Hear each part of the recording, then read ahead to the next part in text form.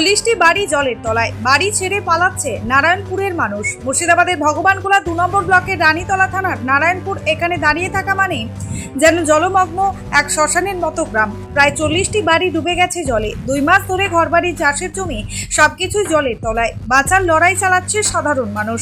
এলাকার বাসিন্দারা বলেন, বাড়ি ভেসে গেছে, ঘর ছেড়ে অন্যত্র আশ্রয় নিতে হচ্ছে। ছোট ছোট বাচ্চাদের স্কুলে যেতে কষ্ট, পাকা রাস্তা নেই, চারপাশ শুধু জল। প্রতিদিন বুক কাঁপানো ভয় নিয়ে কাটাতে হচ্ছে জীবন।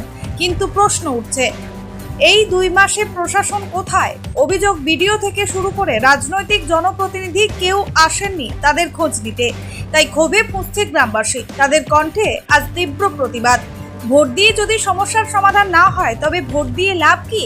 সামনে নির্বাচনে আমরা ভোট বয়কট করব। দীর্ঘশ্বাস ফেলে এলাকার মানুষ বলেন, আমাদের ঘর জলের তলায়, ফসল জলের তলায়, চোখের জলও শুকিয়ে গেছে। এখন শুধু প্রশ্ন, প্রশাসন কি আমাদের পাশে দাঁড়াবে নাকি আবারও মিথ্যা প্রতিশ্রুতিই সঙ্গী হবে? নারায়ণপুরের মানুষ আজ দুঃখে আবেগে ভেঙে পড়েছে।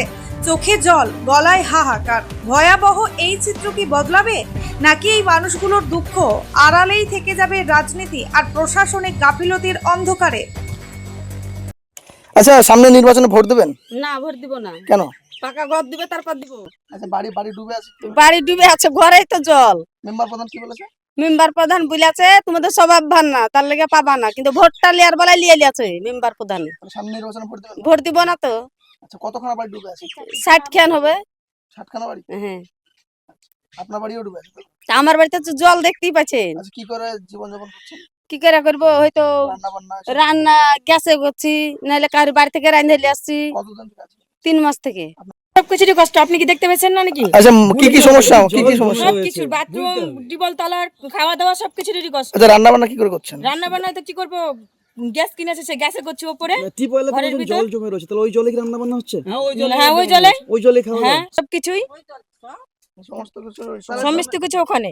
না বিশ্বাস করেন, একটু আগে যে দেখে আসেন তাহলেই তো বুঝতে পারবেন। আচ্ছা, সাপের আতঙ্কটা তো কেমন, কি মনে হচ্ছে? সাপ তো থাকবেই, বাড়ির কাছে অতটা করে জল থাকলে সাপ থাকবে না? কতখানা বাড়ি ডুবে আছে?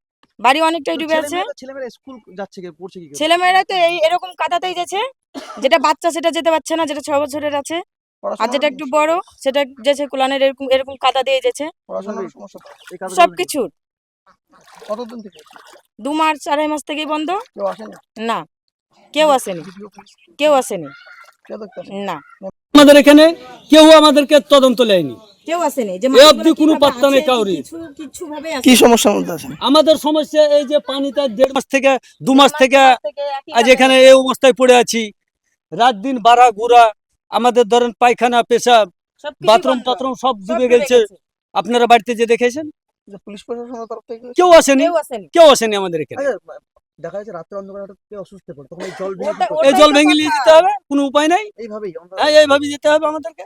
এই জল জমে আছে, তো তখন রোগ সাপ সব ভয় আছে। তো ভয় থাকবে না? পাশে গোরস্থান আছে, জঙ্গল আছে, সবই তো আমাদের ভয়। চারিদিকে তো আমাদের ভয়। কোনো পাত্তা নেই। তাদেরকে আমরা অভিযোগ করেছি, তারা এখন অব্দি কেউ আসেনি, তদন্ত করতেও আসেনি কেউ। ভিডিও পর্যন্ত আমাদের এখানে আসেনি, মাঠঘাট দেখেছে চলে গেছে। বাড়িতে আসে না, বাড়িতে কেউ আসে কতখানা বাড়ি আছে? এখানে প্রায় 30-35টা বাড়ি আছে। ইব্রাহিম শেখের রিপোর্ট, চেতনা নিউজ।